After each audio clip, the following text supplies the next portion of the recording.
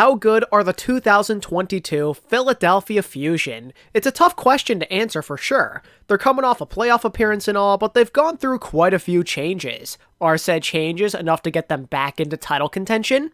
Let's find out. In order to properly judge them, let's start off with what they lost and gained over the offseason. I'm not going to spend much time on this as it's important to be respectful, but Alarm's passing is obviously a really big event that happened with the Fusion and this league in general. There's no need to go into much detail here. You know as well as I do what the implications are. May his soul rest in peace. But next, the Fusion would then part ways with every member of their roster except for Carpe. Mono, Toby, and Rascal would all step away from the game as pro players. Meanwhile, Shockwave, Poco, Funny Astro, and EQO, as well as Hoppa, were all thrown into free agency. Some of these moves are disappointing and others aren't. Toby, Hoppa, and Rascal all had their moments, but they felt more like fill-in pieces until the Fusion resolved some of their visa issues. Then you have Mono, who honestly didn't play at the same level we were accustomed to. I don't know if it's because of the system he was in or him just getting worse over time, but he lacked that consistency from his New York days. On the topic of failure, we saw Philly lose out on one of their most valuable assets in Funny Astro. He made up for one half of one of the best backlines in league history. Despite not being around for like the first half of last season, Astro's play immediately made a difference the moment that he made it to Korea. His consistency and well-roundedness make him hard to replace. I understand that he didn't quite play as well as he did in 2020, but he was by no means a bad player. I guess it was just time for him to move on. The rest of the departures aren't really anything crazy though. I like Shockwave and all, but he barely got to play, and it's not like he was an irreplaceable superstar. He seemed to synergize well with his team, but Philly made it clear that they're done going with Western players for the time being so they don't have to run into any more of those visa issues that they did last year. Thinking about Poco and EQO, they were in a similar boat to Shockwave, but I think there were other reasons why it was clearly time for them to go. We're quite a few years removed from their primes at this point. The emotions that come with this move are sad and everything, but sometimes you've got to make some tough decisions to make your situation better. Speaking of tough times and big decisions, Philly saw some major coaching departures as well. 9K and Christopher both decided to move on to different opportunities as 9K went back to San Francisco and Christopher got his first ever head coaching opportunity on the London Spitfire. There's mixed feelings that comes with this news. On one hand, these two were both solid coaches, both well proven,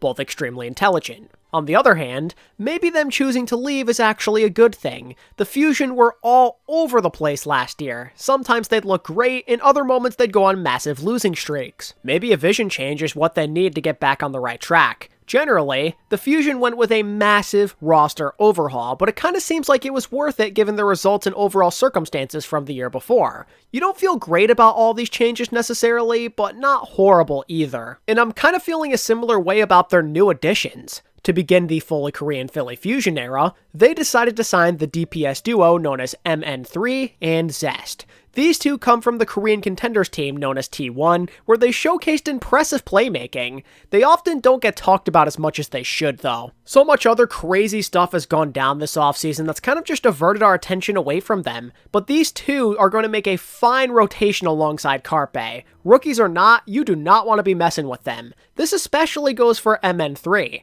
People are crazy excited to watch this rookie hit scan get to work. I mean, a lot of people believe that he could straight up bench Carpe. That's how dangerous he is. And I mean, the claims are pretty justified. He's extremely good at some of those typical Carpe heroes, along with some of the stuff that Carpe was never that great on to begin with. When this guy's had the chance to play, him and his team were one of the best. I've heard on more than a few occasions that he could be one of those dark horse candidates for the Rookie of the Year. And if you seriously look at the film and his crazy mechanics, that prediction could very well come true. Let us not forget about Zest though. As a flex DPS who pretty much played every projectile hero in the game, Zest would make some good contributions of his own. He could also play a bit of Tracer if need be, and was just a good general overall flex. I'm expecting him to kind of be the glue who holds the Fusion together when it comes to running the optimal composition at all times. He and MN3 were a pretty awesome 1-2 punch. I think that MN3 may be the more hyped up prospect overall, but Zest also played a very important role on T1. In fact, he made a lot of big plays plays during major scenarios against some noteworthy opponents. Win or loss, he always seemed to be showing up. He seems to have a thing for living in the spotlight, which is something the Fusion are going to greatly benefit from. As the perennial chokers of the Overwatch League, they could use all the playmakers that they can get. Philly's DPS acquisitions are pretty nice. Maybe not like total freak-out levels of good, but still noteworthy. A DPS overhaul was something this team definitely needed. Their rotation last year was kind of just wonky in a way, I guess you could say. People like Rascal and EQO were kind of on their last leg, so they didn't have that same ferocity as in years past. On the other hand, these new rookies are 18 years old and are more motivated than ever to earn their stay in the league and potentially do something great because they never were able to pull off any sort of big victories in contenders. They should be great partners for Carpe, whose fire shines just as bright. It's a little premature to say this, but on paper, the DPS situation looks much improved. Continuing through their roster overhaul, the Fusion went with a familiar face at tank. This year, they welcome back Fury with open arms. We've already seen what he can do on this team in the past, so obviously, Philly are pretty happy about this one. Not only was Fury great on the Fusion back in the day, but we also know that just in general, he's capable of being an all-time great. For what it's worth, it's one of the better signings the team could have made at tank during the offseason. But with Fury's signing does come a couple of questions. 1. Can he play at the same level that we saw back in 2020? And 2, how reliable could he be in a 5v5 scenario? In regards to thing number 1, while he wasn't horrible, I think that Fury's play definitely showed a drop-off on the Justice. He just wasn't the same player. Some people believe that he's kind of past his prime at this point, and maybe there's some truth behind this. However, it seems a little unreasonable to say that this is the only possible explanation as to why he was less than stellar. The Justice as a whole, it's important to remember, were very sloppy. They had little to no rhythm, and they were struggling greatly at times, and that's far from the only thing that could be affecting him. A big reason why he left the Justice to begin with was to play closer to home. That's a real possibility as to why he wasn't playing at his best last year. Maybe he just wasn't in the right place emotionally. Living far away from your country like this can be very stressful. Maybe the poor guy was homesick. It's entirely up to you on how much faith you want to put in Fury. If you want to say he's washed, then so be it. But all I'm saying is, one less than average year from a player of his stature could end up just being a one-time thing.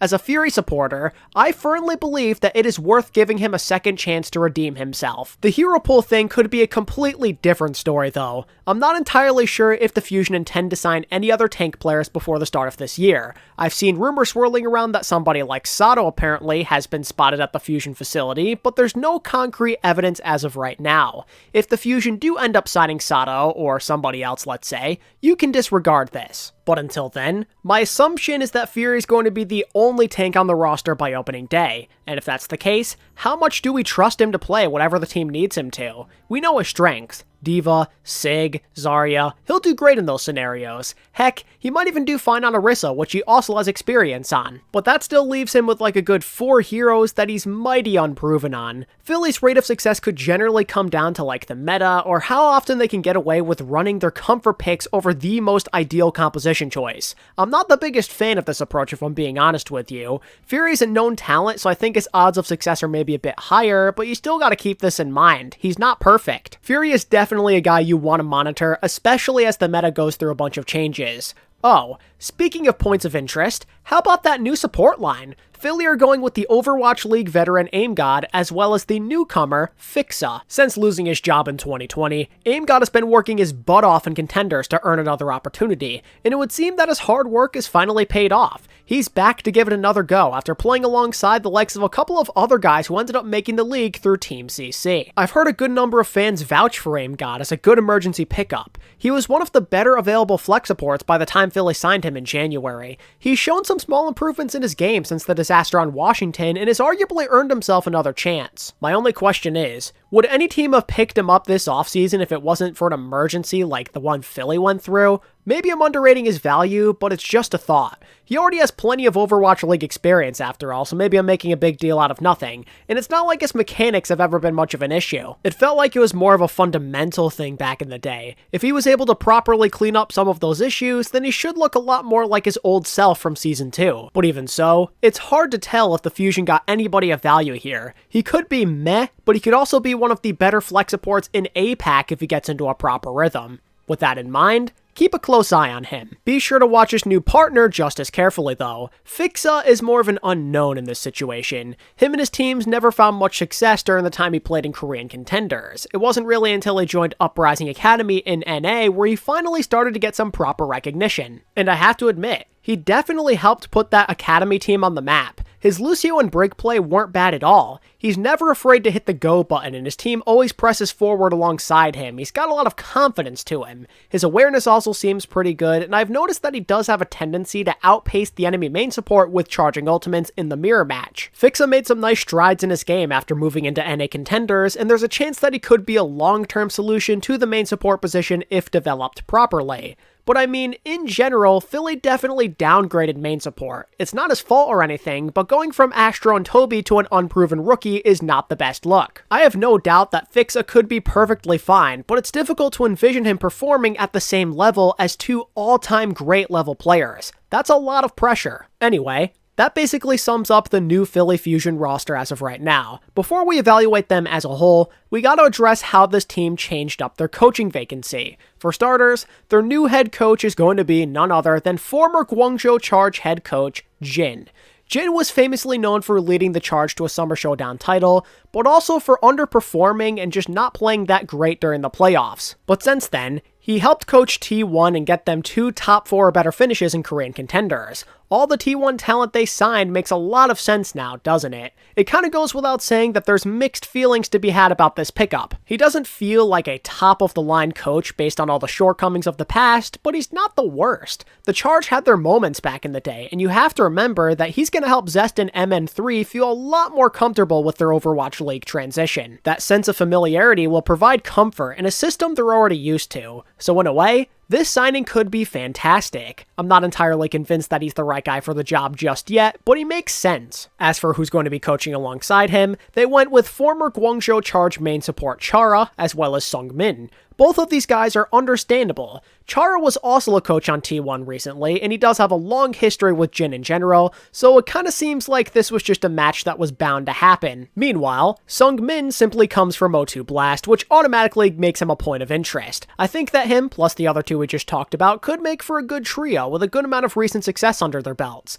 They're by no means my favorite staff in the league, but I don't hate them either. Their mix of experience kinda gives me hope that they can find better consistency compared to last year's roster, and I truly do believe that they'll help a lot with the development of the young guys at DPS, so that's another plus out of this for sure. As a unit, the Fusion look okay. They don't look like title contenders to me, but there's certainly a chance for them to still be respectable. There's a lot to like about them. The DPS in particular are a serious eye-opener. The future is ahead of them with people like MN3 and Zest, but they still have the leadership as well as the clutch factor of Carpe to give the rotation some balance. Truth be told, I don't give a damn what anybody else thinks about Carpe and if he can still play or not. I'm not going to consider him a top player in the league right now, but last year showed us that he still can be clutch on a somewhat regular basis. He can still play hit scan at a very, very high level. He made some major contributions during the most pivotal moments of the Fusion's year. Carpe is not perfect, but that's totally fine. This is especially acceptable this year in particular, seeing as Philly are seriously looking towards their future.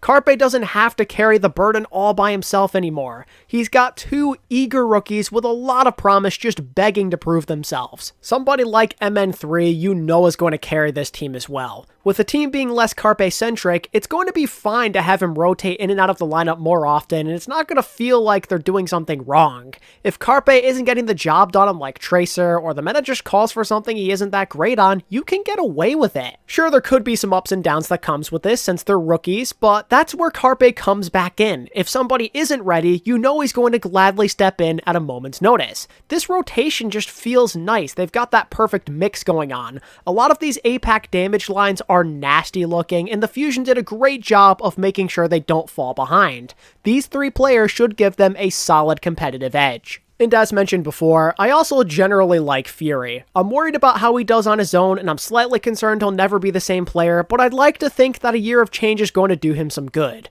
I only hope that his hero pool can get the job done. Either that, or Philly sign another tank. If not, Philly could end up being in for a weird year. I'd like to think that Fury is capable of handling all of this on his own since he's pretty awesome, but it's still a concern nonetheless. He's not getting any special treatment here. Carrying on with concerns, I could definitely see some issues playing out at support and or coaching. past history, and not being extremely desirable has these places in a situation where they're going to have to prove themselves. I already mentioned what my general feelings are at the coaching and why I'm concerned about that, so let's focus more on the support line. My general ruling on them is the same as every APAC team not named the Shanghai Dragons. The support line hierarchy is wide open. You don't look amazing on paper, but the same can be said for like 4-5 other teams. All it takes is a bit of confidence from these two, and suddenly the Fusion support line are going to do well on a regular basis. All of these support lines not named Shanghai are just so up in the air right now, anybody can come out on top. But if Fixun Aim God can carry their momentum from contenders, they'll be perfectly acceptable.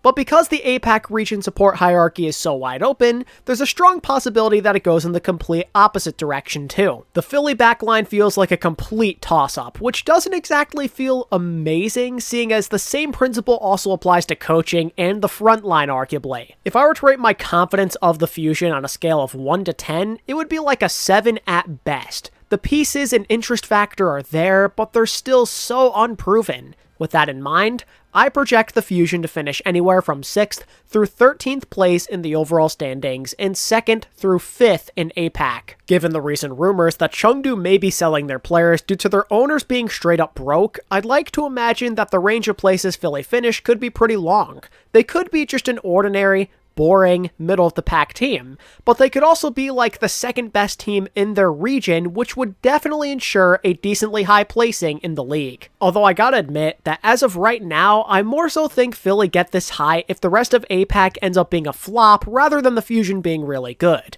I just don't have a lot of confidence in them, therefore the probability is low. But you can't entirely rule out the possibility. Unlikeliness and an impossibility are two completely different meanings. A Fusion team that clicks could definitely be top 10 or better. Playoffs are a possibility for sure. I'm not going to count on them being a serious contender, but they're still somebody you have to take seriously most likely. They've got some notable strengths that could give any team their fair share of issues. But a lack of general confidence and maybe not having enough flexibility or firepower likely keep them from reaching that top tier status. Hopefully the Fusion do end up proving me wrong though. Aside from all the chokes, this team has gone through a lot recently. The Fusion doing well could be a massive W for the community as a whole. As a result, I'm rooting hard for Philly this year. I want them to prove me wrong. Do it for Alarm, boys. Do it for Alarm. Anyway, that just about does it for me, folks. I hope you enjoyed this episode of the Overwatch League Team Preview Series. If you did, giving the video a like and subscribing would be greatly appreciated. We're really close to 30,000 subs, so let's get there.